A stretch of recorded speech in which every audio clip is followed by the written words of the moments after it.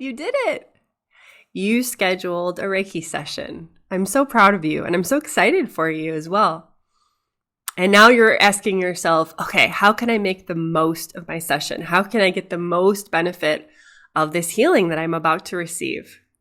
In this video, I'm going to share with you 4 tips for how to maximize the goodness of receiving a Reiki session.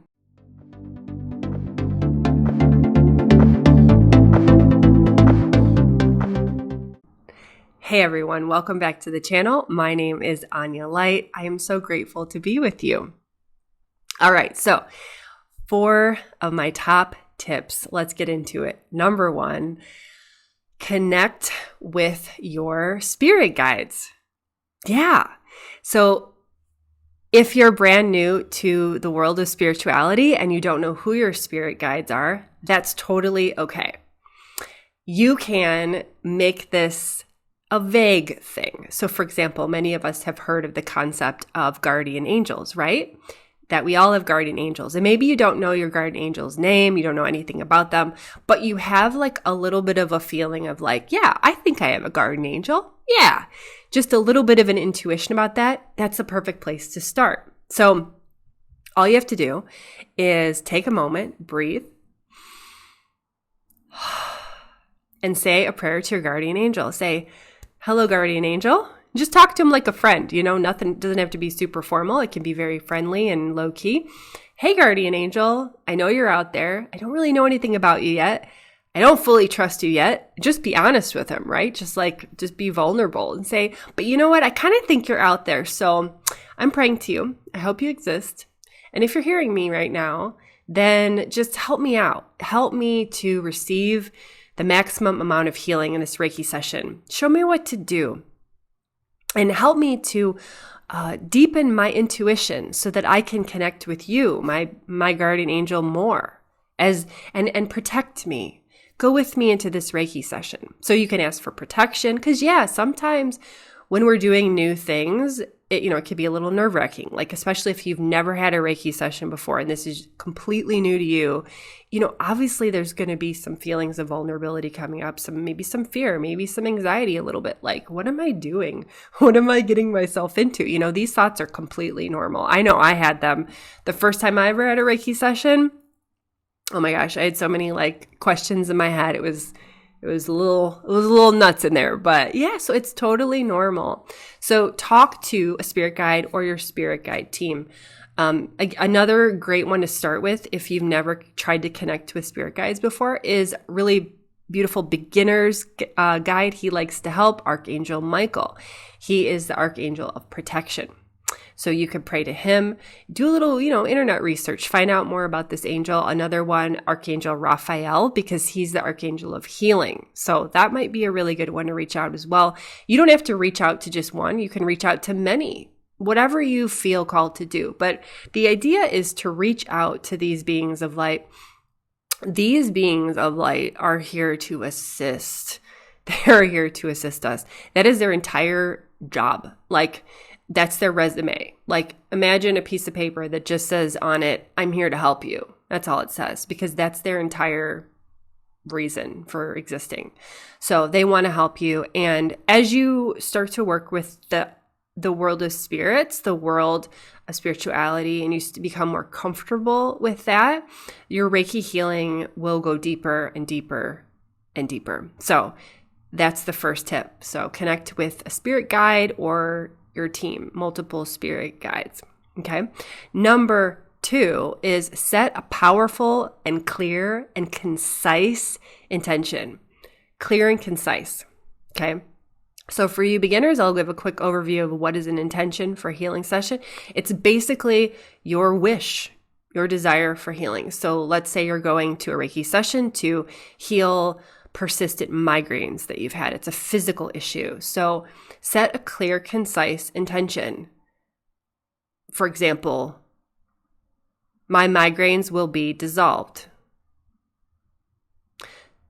Or let's say that you're setting an intention to heal a relationship issue. Maybe you're fighting with your spouse, you're having disagreements, and you want greater love to flow between you both. So you could set the intention that says clear, loving communication.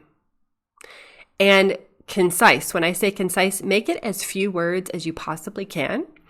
So I know sometimes when we go to healing sessions, we get really excited. We're like, oh my gosh, I want to heal all these things, right? I've had really excited, exuberant clients over the year who will like email me in advance of the session or text me really long messages with like paragraph after paragraph of like, I want to heal this and this and this and this. It's like 10 million things. That's not the best way to go about it. Why? Because when we are getting Reiki healing, it's really amazing to notice change over time and to track individual progress for individual things in our life. So one of the things that I recommend to my Reiki students actually, and this can go for everybody who's receiving healing, is to journal. So let's say that you go in to a Reiki session with one issue that you're working on. It could be physical, it could be emotional, it could be mental, it could be spiritual, it could be anything that you choose. Literally nothing is outside of the scope of Reiki that it can heal. So you pick one topic, one thing, right? And then you write it in your journal. Okay, this is my intention. You make it clear and concise, as few words as possible. You can even, and this works well, you can even just pick one word as your intention. So for example, the word could be love, because you desire to feel more love day to day, just more love for people, more love for yourself, right? So it could be one word. It could be peace. A lot of my clients, when they come to see me, I say, what's your intention? They say peace. And I'm like, I gotcha. Yeah, because we could all use more peace, right? So it could be one word, but just make it one sentence at the max and make it a positive, affirming statement. If you're going to make it a long, like as a sentence and not just one word, use wording that's positive and affirmative. For example, let's say you have asthma and you want to heal your asthma. So you would say, my lungs are healthy, or my lungs will be healthy, right? It's a yes. It's going to happen. It is happening, right? Something like that. So cool. So that's the second tip. Set a powerful, clear, concise intention for your healing. Number 3 is about your physical vessel. The fourth one is going to be about your physical vessel as well. So I want to really strongly recommend that you do not have caffeine at least 4 or 5 hours prior to coming in for your Reiki healing session. Why? Because you want to be really super relaxed. And if you've had caffeine, in the past few hours, you're going to be kind of hyped up, right? And it's not going to be super conducive to just letting go.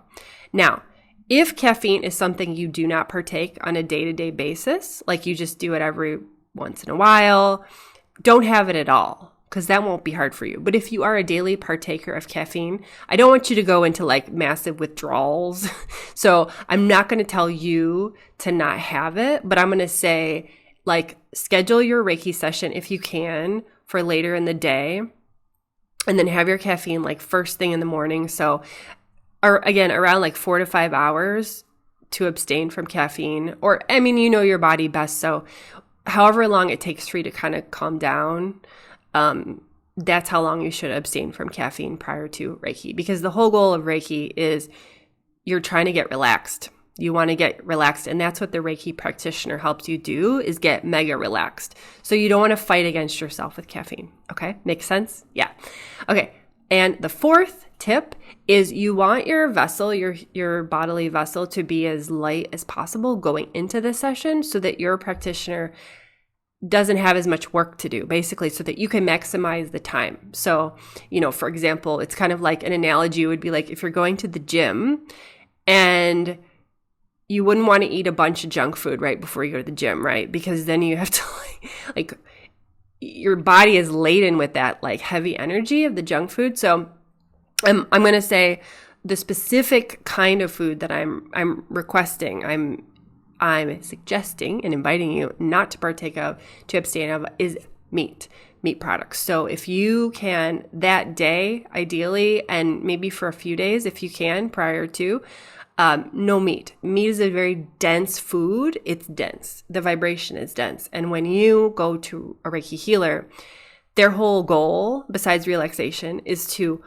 uplift your frequency, uplift your vibration. So you don't want to work against yourself by eating meat on that day, or ideally a few days prior. Now, if you want to get really awesome about it, don't have meat for like a week prior. So, but at the very least, not that day. So you want as you're stepping through the door to be your vibration the highest it can be. So let's say, you're already here, your Reiki healer can take you up here. But if you come in here, maybe they can only take you up here, right? Does that make sense? So basically, my friends, anything you can do to raise your vibration on that day, do it. Maybe you're already well-versed in tips, practices, dietary stuff that raises your vibration. Do whatever you can to raise your vibration so that when you go there, your vibration will go through the roof. And I'll end on a final note, which is that when your vibration raises quickly, sometimes it can bring up stored emotions that have been stuck in the body. So, as your vibration raises, as you're laying on the Reiki table and receiving this healing, it's not uncommon for tears to cry, for the body to shake, right? When we're releasing trauma, sometimes we have lots of shaking that happens. So please just know that, there's lots of things that can happen during the Reiki session that may feel a little uncomfortable, but know that after the session is over and as the next couple days go by, you're going to feel better and better because that old stuff is just out of your system. Okay, so I love you. I'm so glad that you tuned into this video, and I can't wait to see you on the next video. Love you so much. Enjoy your Reiki session, my friends. Namaste.